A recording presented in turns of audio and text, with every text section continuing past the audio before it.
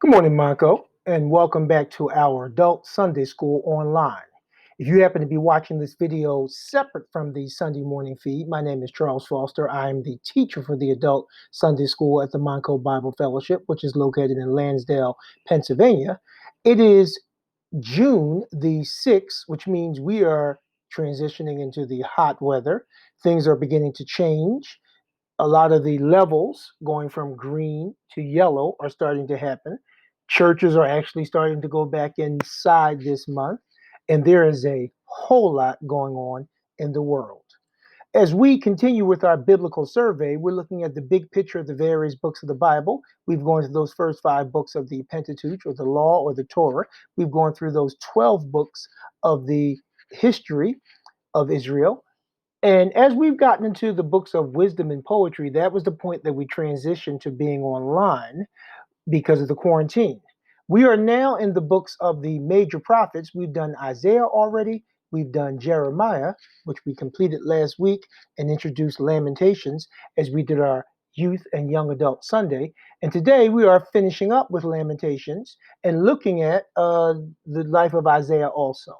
I happen to put this here in loose ends because I put it here when something either wasn't clear or was forgotten to be said or something that was incorrect. And what I noticed is that when I was watching last week's video on the church feed, I noticed that I had said that Jeremiah was born in the 13th year of King Josiah's reign. Some of you may have noticed that, but even if you didn't, I just wanted to make that correction. When we first started talking about Jeremiah in the book, I said that he was born during the reign of Manasseh, and he took his position as a prophet at the age of 17, 16 to 20 or so in the 13th year of King Josiah.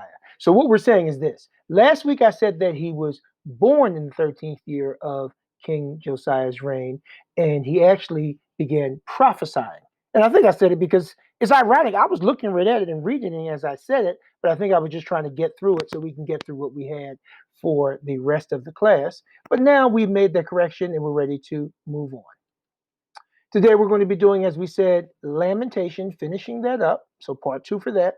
And not the book of Jeremiah, even though we're going to touch on a couple of things from Jeremiah, but mostly just looking at Jeremiah as he is the author of Lamentations. And a lot of people don't believe that for different reasons we're not going to get into now, but most of them can be refuted very easily. If you look at the style, if you look at some of the things that are said in Jeremiah and Lamentations, they line up. So, Jeremiah and the life of him as it relates to Lamentations.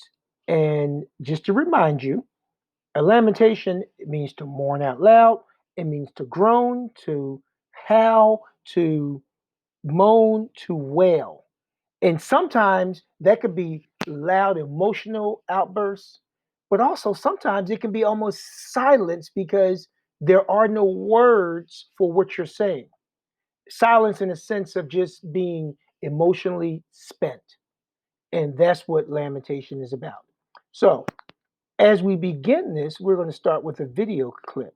Now, the video clip that we're going to look at, I'm putting this up now because either you yourself, or certainly if you have younger children, may not want to see one of the things or maybe a couple of things that's on there. And I'm just letting you know ahead of time. Because what I'm going to be showing just some clips of what, or montage, I should say, of what has happened in the world over the past week. So let's take a look. Tonight, the images coming in from all over this country. Another extraordinary night unfolding in America. Demonstrators demanding justice and change in this country after the death of George Floyd. Here in New York City tonight, thousands in the streets. A new 8 p.m. curfew in place tonight. Many protesters said they were not worried about it. Tens of thousands are on the march in Los Angeles, several different locations. In Washington, D.C., the massive demonstrations there. Thousands headed toward the Lincoln Memorial. In Houston, a massive march and rally in George Floyd's hometown. Among those marching, the police chief and the mayor. And all of this comes as authorities now brace for another night ahead, when those images compete, peaceful demonstrations by day, replaced by the danger and the damage that comes at night.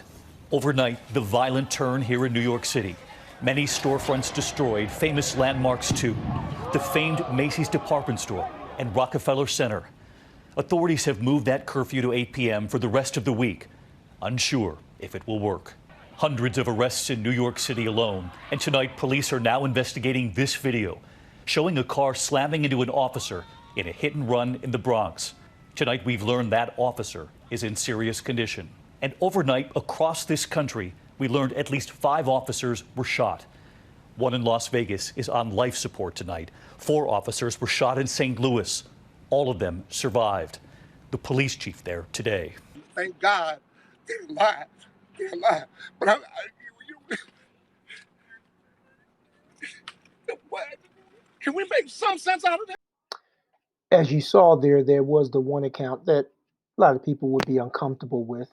And I left this picture of the chief of the police of St. Louis, I believe it was, up because when he was at the very end of that clip and just trying to express what was going on and figuring out why and what had happened to his city and his officers who had been shot, it just was a lot going on that he was speechless about. And that's what I meant with that sense of lamentation, because while it may be wailing too, it's also that sense of just, like we said before, how? Like, why? And alas. And alas sometimes can sound dramatic. It sounds almost Shakespearean. And I think people of that era would have understood it more than the way it sounds now. But that really is that Hebrew word, akah. And that word, it means how, and that's the very first word in the very first chapter of the book. It also begins 2 other chapters in the book of Lamentations.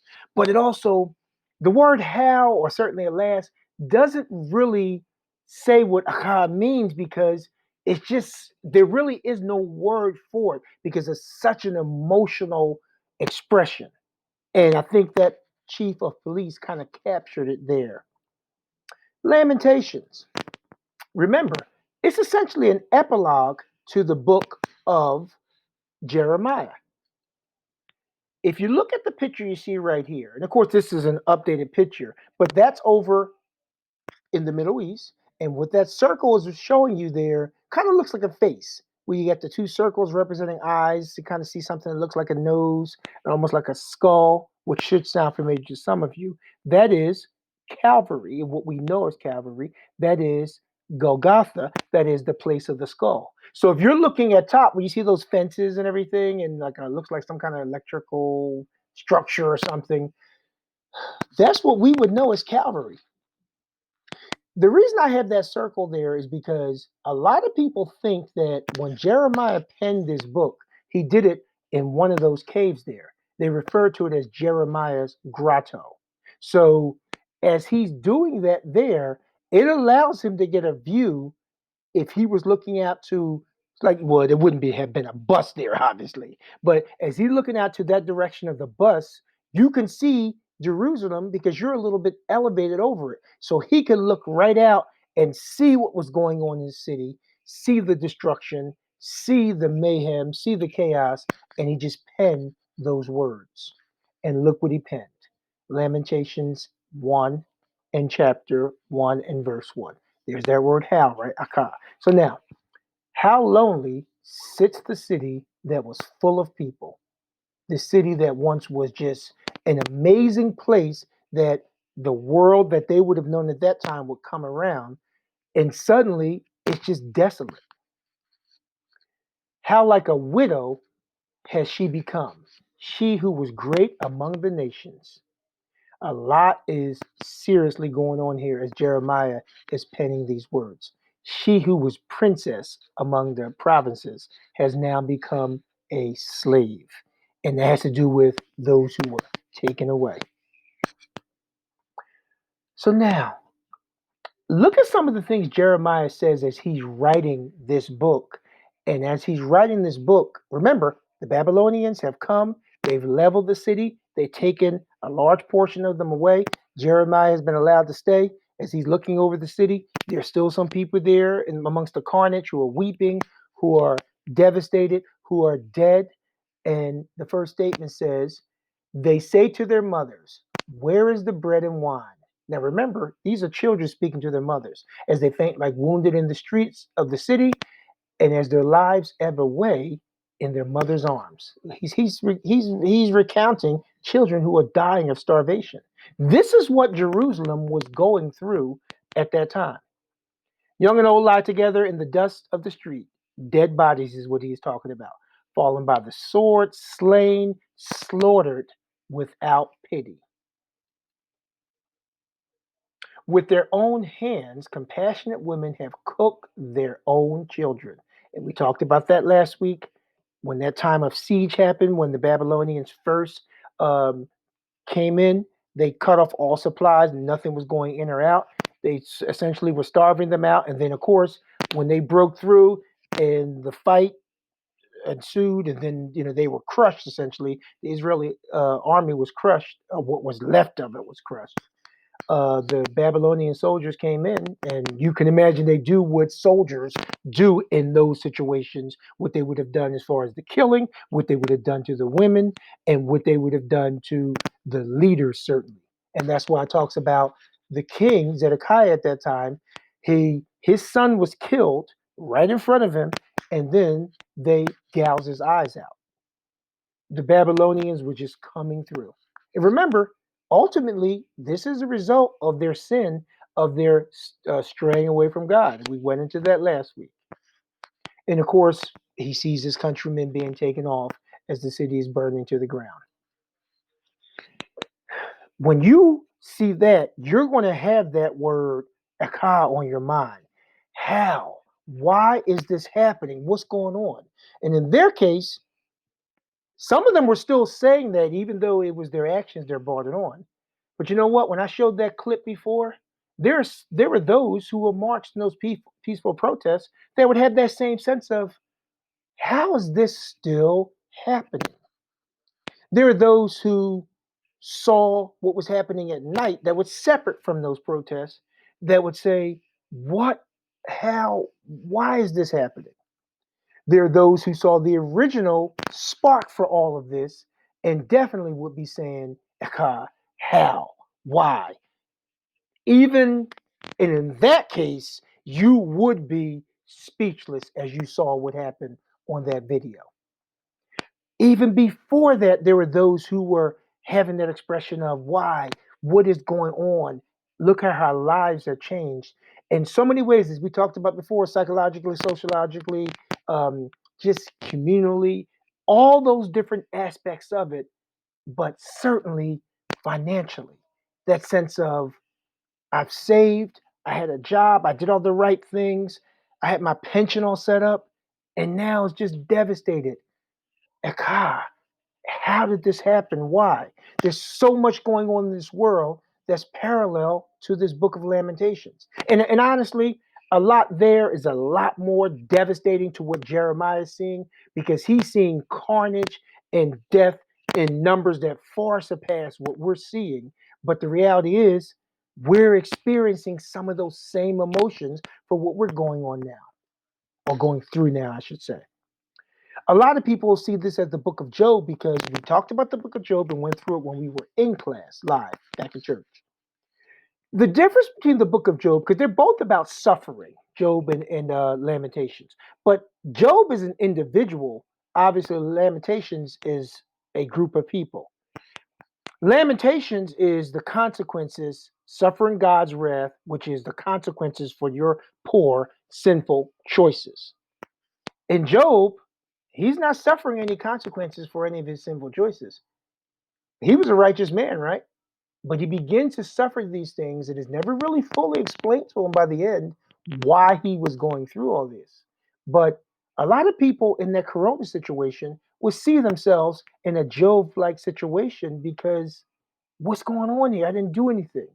Certainly, those people historically up until now that were going through those direct instances of police brutality, and a lot of us have gone through it at various levels, but there is a sense of, why is this happening? What did we do? Any store owner coming back to his store after a night of looting has that same sense of, what did I do to deserve this? Because I'm a part of this community. I'm you. You used to come in my store, and now I saw you destroying my store. And I saw that on one of the news clips where one of the owners saw the person that lived right above them running out and looting, the person they talk to every day. And by the way, I know it's a lot more than just that we're looting, but I'm talking about that instance.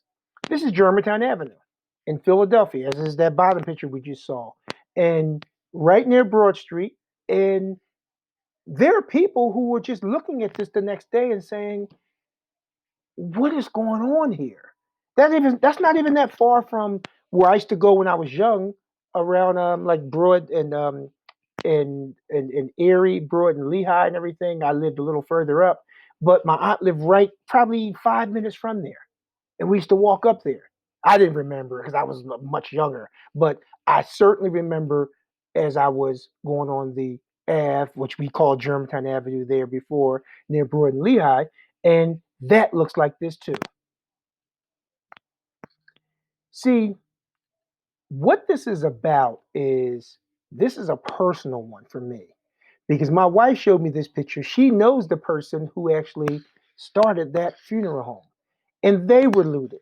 And then they boarded it up, and I don't know who painted the rest in peace for George Floyd on there, but when you're talking about George Floyd, some of these looters think they're doing it in response to what happened to him, and a great some are very frustrated, but a lot of them are just opportunists. And you know what I'm talking about.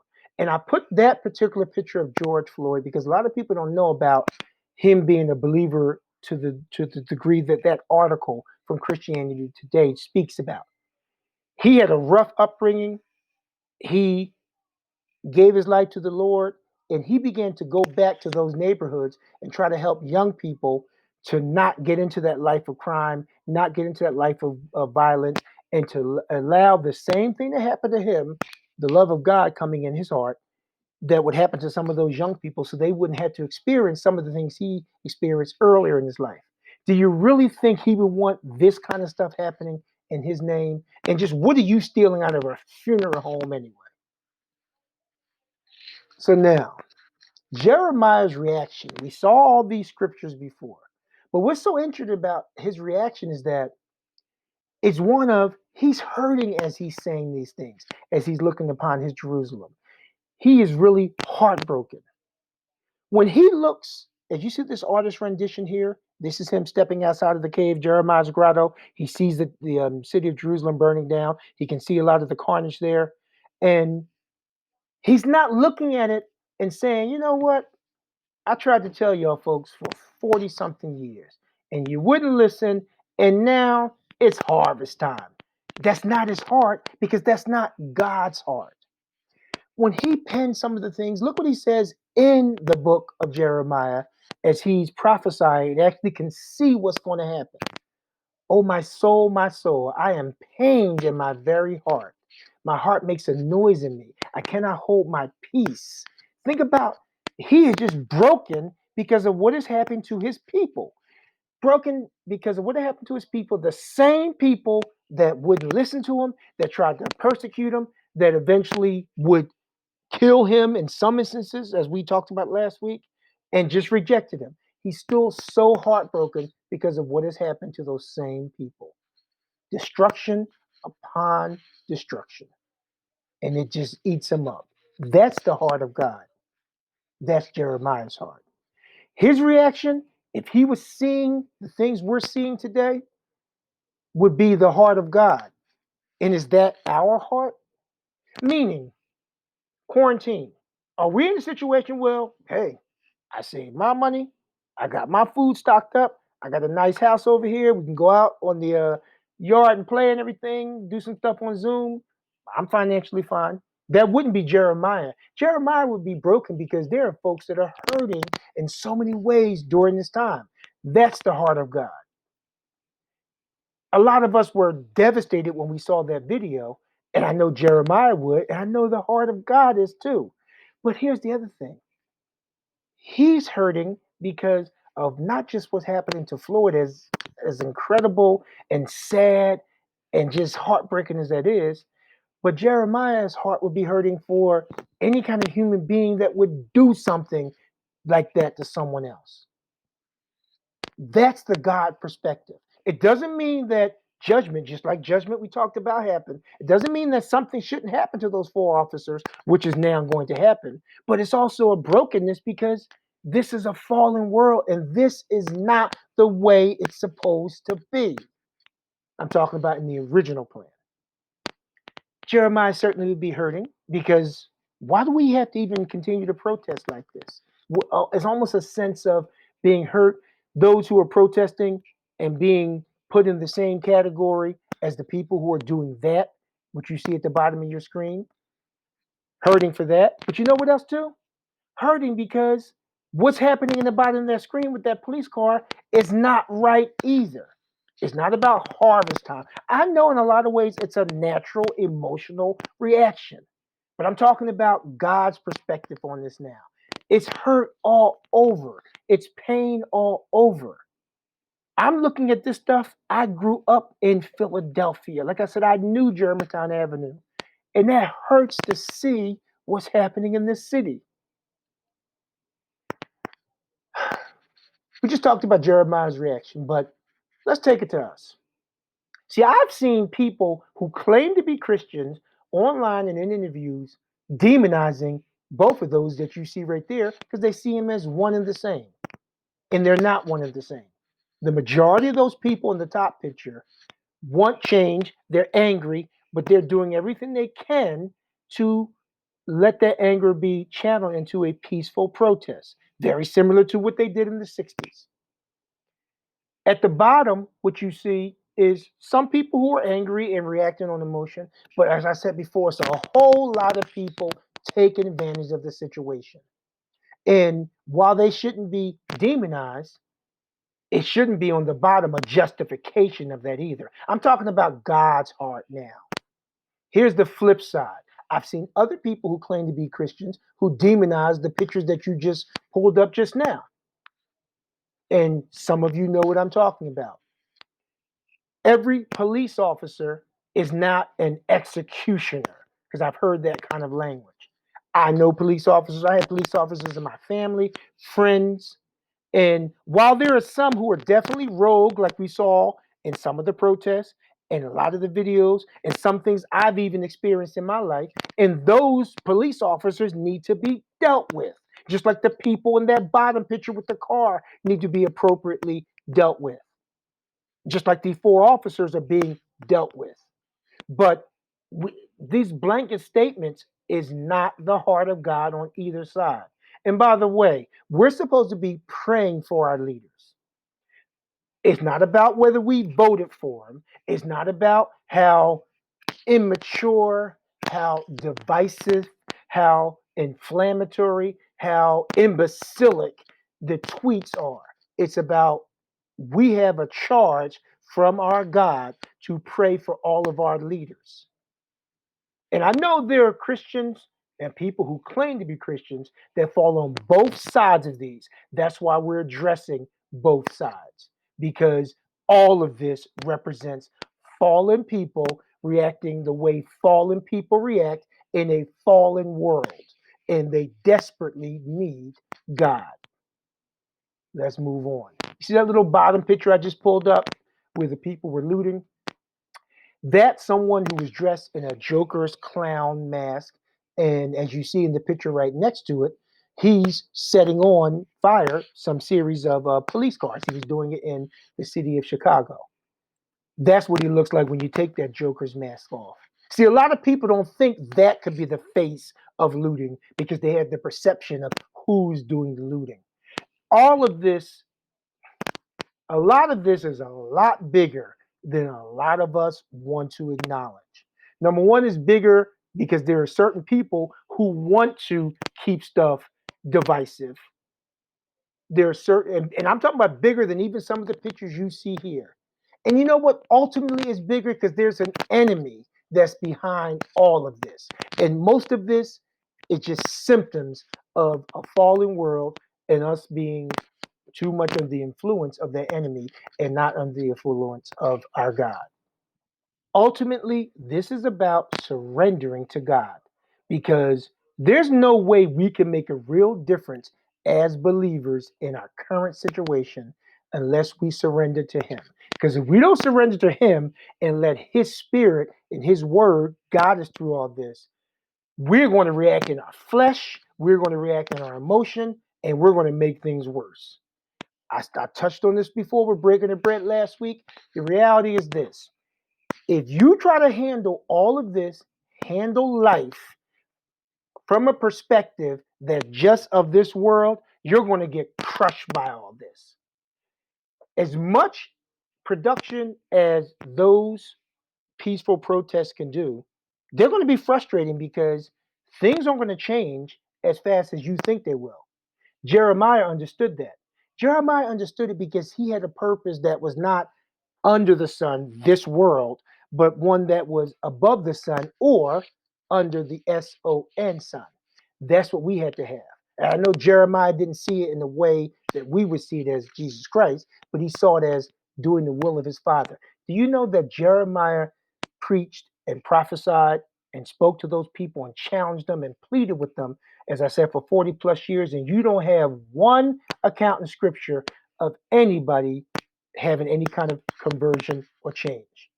But he still pressed on because he had a perspective that was above all this, that was bigger than this. When we begin to have that perspective, then we can make a difference. Then we can begin to really change things. You know why? Because I'll be honest with you. All that stuff, as I said, Ken, that we just went through and that you've seen on the news can eat you alive. If you have a broken heart for it, it can eat you alive. But you had to be brought back, like Jeremiah was brought back to his father's perspective and be strengthened by that father and be strengthened by his word. That's what we have got to do because this world is lost and it's lost without us. Somebody hearing this can think that sounds all arrogant and everything, but we are not going to change anything ourselves. And only real change comes in the newness of life that you receive through Jesus Christ. Those people you see doing all that looting, those police officers that are rogue and doing the things they're doing, those people who are just even frustrated and trying to do the right thing, they all need God. If we got it, we got to show it to them. We got to show them the right way to do it.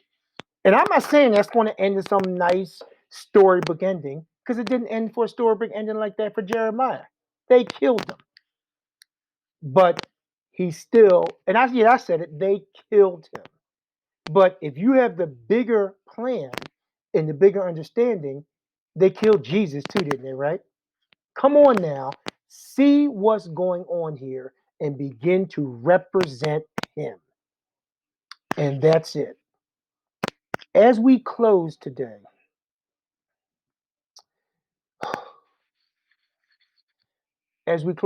we're just going to ask you to really seek the Lord and see what he would have you do during these times. He might have somebody go out and protest. I'm going to be doing it with my family, peaceful protest in a couple of days. He might have someone stay home as a prayer warrior and constantly pray. He might have someone go share with certain people. He may have someone go try to talk with police officers. He's going to use this in all different ways, but he's going to use us. Next time, the book of Ezekiel, which has a lot of answers for us too. Father, help us. As we go into the book of Ezekiel next week, we're just going to ask you to remember one thing. Stay in that word, please. Stay before him and let him guide you and let him direct you. Read this word, study this word, memorize this word, meditate on this word. It makes a difference. We're going to close things a little different today because I'm actually going to leave you with a short clip from the protest, the peaceful protest, probably a clip that you're not going to see on the news. And you know what? We're just going to bring it on now. Just take a look, and most of all, take a listen. And we're going to come right back at you in probably less than a minute. Let's watch. Your breath in our lungs, so we pour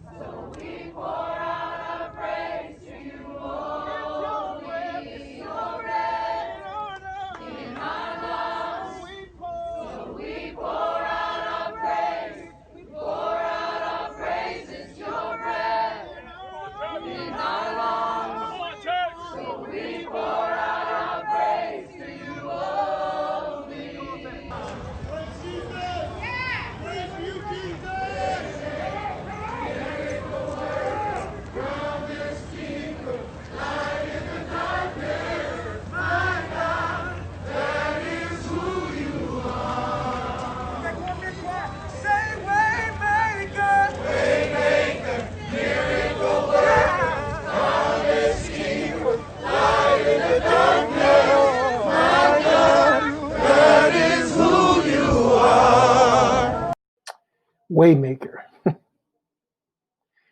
What you saw there was people who are believers, who are peacefully protesting, who are actually believing the things that they are singing.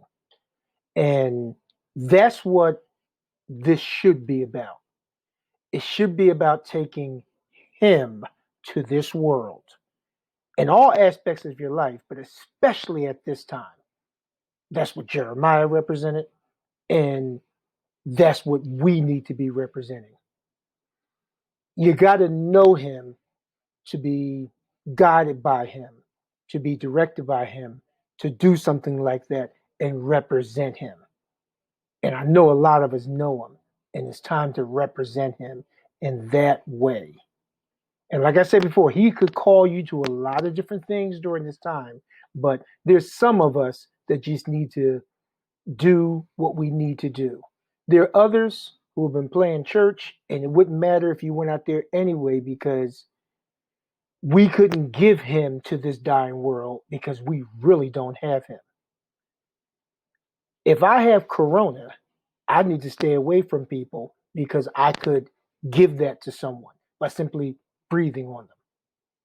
If you really have Jesus inside of you, if you really have the spirit of him inside of you, others are going to others are going to catch it when they're around you. And that's what it means to take that to the streets. We're going to transition now. We're going to transition to our time of breaking the bread. You're going to hear a short musical selection, and then after that, the voice you'll hear will be that of Brother Ed West as he prepares us for the elements for our breaking the bread time for our communion. God bless. Stay safe. Stay strong. Stay prayerful. We'll see you next time with Ezekiel. Take care.